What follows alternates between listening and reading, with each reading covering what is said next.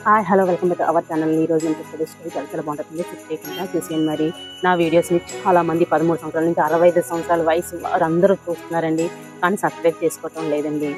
మరియు వేరే వేరే కంట్రీస్లో కూడా చాలా మంది వీడియోస్ చాలా మంది చూస్తున్నారు, కానీ సబ్స్క్రైబ్ చేసుకోవట్లేదండి. సబ్స్క్రైబ్ చేసుకోండి ప్లీజ్. బెల్ ఐకాన్ కొట్టండి. కొట్టారంటే ప్రతి వీడియో నాది మీ దగ్గరికి చేరుతుంది. అంతే కదా, నేను ఏ కొత్త వీడియో పోస్ట్ చేసిన వెంటనే మీ దగ్గరికి వస్తుంది. దయచేసి సబ్స్క్రైబ్ చేసుకోండి. అనగనగా పార్వతమ్మ అనే ఒక ముసలావిడుండేది. పాపం తనకి ఎవరూ లేరు. తనకెవరూ లేకపోతే పాపం పని చేసుకునే ఓపిక కూడా లేదు. కాబట్టి తను ఒక భిక్షాటన చేసుకుంటూ, అడుక్కుంటూ బ్రతికేది. ఆ డబ్బులతో తన పొట్ట పోషించుకునేది. ఇలా అడుక్కుంటున్న క్రమంలోని తనకొక 6 ఏళ్ల కుమారుడు దొరికాడు. పిల్లవాడు దొరికాడు. తనే బ్రతకలేదు కదా! ఇంకా ఆ పిల్లోడు తనకు బరువేమో వదిలేస్తుందేమో అని చెప్పేసి అనుకున్నారు అందరూ. కానీ ఆ పిల్లోడిని వదలకుండా తను ఊరూరెళ్ళి అతుక్కొని ఆ డబ్బులతోటి ఆ పిల్లోడికి భోజనం పెట్టి, పోషించి పెద్ద చేసింది. అతనుకు ఒక మంచి స్కూల్‌లో కూడా ఏసింది. అలా చదివించింది. అతనికి యుక్త వయసు వచ్చేసరికి మంచి గవర్నమెంట్ జాబ్ సంపాదించాడు. చాలా మంచి జాబ్ సంపాదించాడు, మంచి జీతంతోటి. అప్పుడు ఆ కుర్రవాడన్నాడు, "అవ్వ, నువ్వు ఇంకా అడుక్కోవడానికి ఎళ్ళడం మానేయి. ఇంటింటికి తిరగడం మానేయి. నేను సంపాదిస్తున్నాను. నాకు మంచి ఉద్యోగం వచ్చింది. ఇక మీదట నువ్వు ఇంటి దగ్గరనే ఉండు. ఇంటి దగ్గర వండి పెడుతూ, నాకు వండి పెడుతూ, నువ్వు వండుకొని తిను శుభ్రంగా. నేను చాలా సంపాదిస్తున్నాను. ఇంక నువ్వు అడుక్కునే పనే లేదు" అని చెప్పేసి ఆ కుర్రవాడు అన్నాడు. అనేసరికి ఆ పార్వతమ్మ చాలా సంతోషించి ఇంకా ఆ రోజు కాంచి భిక్షాటనకెళ్ళడం మానేసి, తను తెచ్చిన డబ్బులతో తనకి కూర, అన్నం వండి పెడుతూ, ఆ ఇల్లుని చూసుకుంటూ చాలా జాగ్రత్తగా ఒక మంచి ఇల్లు తీసుకొని వాళ్ళు ఉండడం ప్రారంభించారు. అదే విధంగా చాలా రోజులు గడిచాయి. అయితే కొద్ది రోజులకి ఆ పిల్లవాడికి పెళ్లి చేసుకోవాలి కదా! పెళ్లి చెయ్యాలి కదా! పార్వతమ్మ అడుక్కునేది. అడుక్కునే వాడు కుమారుడే అంటారు ఎంత ఉద్యోగం వచ్చినా సరే. కానీ ఎంతమంది అందగాడు ఆ కుర్రవాడు, మరియు మంచి గవర్నమెంట్ ఉద్యోగం. తన పాస్ట్ అంటే ఎలా ఉంటే ఉన్ని. ప్రెజెంట్ అయితే బావుంది కదా! అని చెప్పేసి చాలామంది పిల్లనిద్దామని అనుకున్నారు. కానీ చాలా మందిలోని ఒక సంబంధం మాత్రమే తను చూజ్ చేసుకున్నాడు. అది ఒక అమ్మాయి. పేరు సురేఖ. అయితే తనకి అమ్మ లేదు. ఒక అన్నయ్య ఉన్నాడు, నాన్న. నాన్న కూడా గవర్నమెంట్ జాబే. అన్నయ్య కూడా గవర్నమెంట్ జాబే. గవర్నమెంట్ జాబ్ అయితే ఈ సురేఖనిచ్చి వివాహం చేశారు. సురేఖ వివాహం చేసుకున్న తర్వాత కొద్ది రోజులు బానే ఉంది. కొద్ది రోజులయిన తర్వాత ఈ అడుక్కున్న దానికి, ముసలిదానికి నేనెందుకు వండి పెట్టాలి అంటూ ధోరణి మొదలైంది. నేనెందుకు వండి పెట్టాలి దేనికి, ముసలిదానికి వదిలేస్తే పోలే అన్నట్టు చూసింది.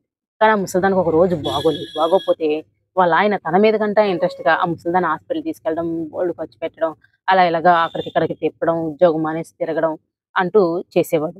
చేస్తే "ఏటండి నాకంటా ఈ ముసలిదే ఎక్కువైపోయిందా?" అని చెప్పేసి అడుగుతూ ఉండేది. అడిగితే ఆ కుర్రవాడు ఏ సమాధానం చెప్పక నవ్వుతూ వెళ్ళిపోయేవాడు. ఒకరోజు పండగొచ్చింది. నాకు పట్టు చీర కొనండి అని చెప్పేసి అడిగింది. పట్టు చీర కొనండి అనేసరికి తను పట్టు చీర ఇంకోసారి కొంటానులే, అవ్వకి బాగోలేదు కదా! అవ్వకి ట్రీట్‌మెంట్‌కి చాలా డబ్బులు ఖర్చవుతాయి అని చెప్పేసి అన్నాడు ఆ కుర్రవాడు. అంటే లేదు లేదు, నాకంటే నీకు ఆ ముసలిదే అడుక్కున్నది ఎక్కువైపోయింది నీకు. అది కావాలా, నేను కావాలా అని చెప్పేసి ఒకరోజు ఉత్తరం రాసి పెట్టేసి పుట్టింటికి పోయింది. చల్లగా పోయింది. అంటే తను ఎత్తుకుంటూ తన వెనకాతల వస్తాడా, ముసలిదాన్ని వదిలేస్తాడని చెప్పేసి అనుకుందనమాట. అనుకుంటే ఇంకా పోయింది. ఎళ్ళిపోనేసరికి ఆళ్ళ నాన్నగారు, అన్నయ్య చూసారు. చూసి "ఏమ్మా నువ్వు ఒక్కదానివే వచ్చావు. ఇంకా పండగకి చాలా టైం ఉంది కదా! అప్పుడే వచ్చేసావే" అని అడిగారు. అడిగితే "లేదు లేదు నాన్నగారు, ఆ ముసలిదానికి వండి పెట్టడానికే నాకు పెళ్లి చేశారు. ఆ ముసలిదానికి నేను వండి పెట్టను, చెయ్యను. తనే వస్తాడు నేను కావాలనుకుంటే, లేకపోతే లేదు" అని చెప్పేసి ఇంక ఇంట్లోకెళ్ళిపోయింది. వాళ్ళు ఒకళ్ళ మొహం ఒకళ్ళు చూసుకున్నారు. ఎందుకంటే తను ఒక గవర్నమెంట్ ఎంప్లాయీయే. కానీ తనొక తండ్రి బాధ్యత. కూతురు, కొడుకు కదా! ఐ థింక్ మౌనంగా ఉండి డ్యూటీకెళ్ళిపోయాడు. ఆ తర్వాత రోజు తను వండింది, క్యారేజ్ కట్టింది. వాళ్ళ అన్నయ్యకిని, తనకి క్యారేజ్ కట్టింది. తను కూడా ఇల్లు శుభ్రం చేసుకొని ఎప్పటిలాగే అలవాటున్న పనులే కదా చేసుకొని కూర్చుంది. ఆ తర్వాత రోజు సాయంత్రం వారి నాన్నగారు రాలేదు. రాకపోయేసరికి కంగారు పడింది. కంగారు పడి అటు ఇటు వెతకడం ప్రారంభించింది. ఇంకా రాత్రి 11 అయింది. అయినా రాలేదు.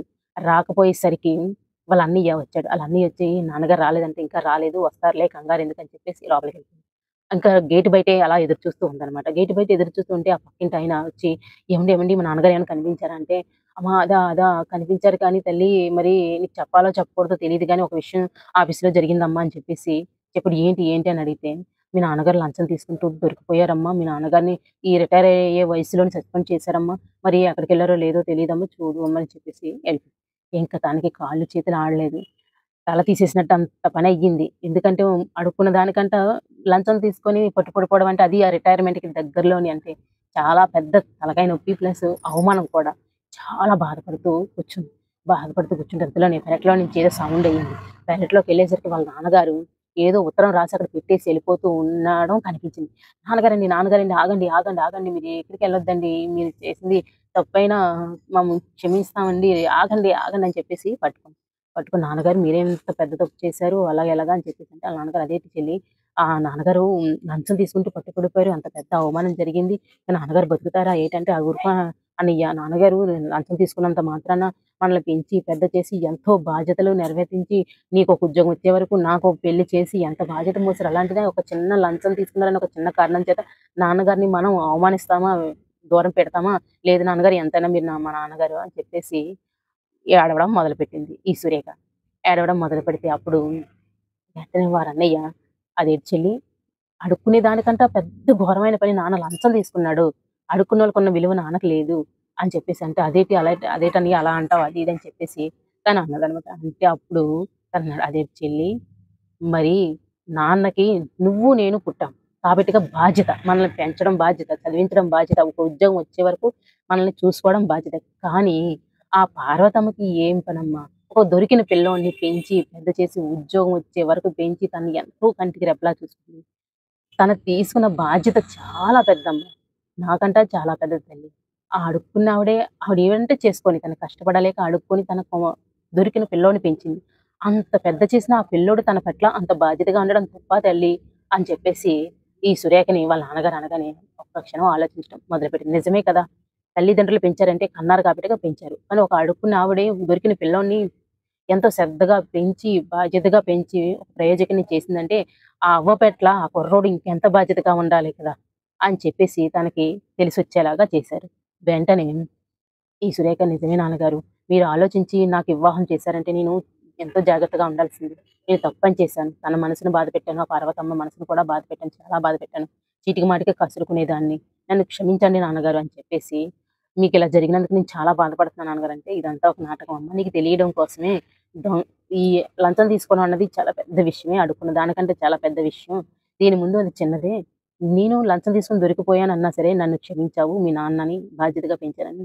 అక్కడ కూడా తను అడుక్కున్నదైనా, ఎలాంటిదైనా ఆ కుర్రవాడిని పెంచి పెద్ద చేసి ప్రయోజకుడిని చేసిన పార్వతమ్మ పట్ల తను చాలా బాధ్యతగా ఉండాలి. తప్పదమ్మా అని చెప్పేసి అనగానే, నాకు బుద్ధొచ్చింది నాన్నగారు. మీరు చేశారంటే చాలా ఆలోచించే చేసుంటారు. నేను తప్పు చేశాను. నేనెళ్ళిపోతున్నాను అని చెప్పేసి ఆ సురేఖ బట్టలు సర్దుకొని దారే వాళ్ళ ఆయన దగ్గరికెళ్ళిపోయింది.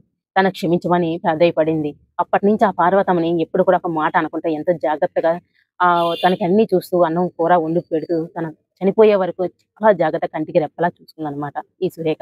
ఇది ఫ్రెండ్స్ ఈ స్టోరీ. ప్రతి ఒక్కరూ బాధ్యతలు నెరవేరుస్తూ ఉంటారు. వారు తల్లిదండ్రులే కావచ్చు, మరియు బయట వారే కావచ్చు, ఎవరైనా సరే మనల్ని బాధ్యతగా చూసి పెంచుతున్నప్పుడు వారి కదా మన వారి చివరి దశలో ఉండేటప్పుడు కంపల్సరీ మనం వారిని మన చేదోడు వాదోడుగా ఉండాలి. అంతే తప్ప గాని వారిని వదిలించుకోవాలి, వదిలేయాలని కూడా అనుకోకూడదు. ఎందుకంటే వారే మనల్ని జాగ్రత్తగా పెంచకపోయుంటే మనం ఈ స్థాయికి వచ్చేవాళ్ళమా చెప్పండి?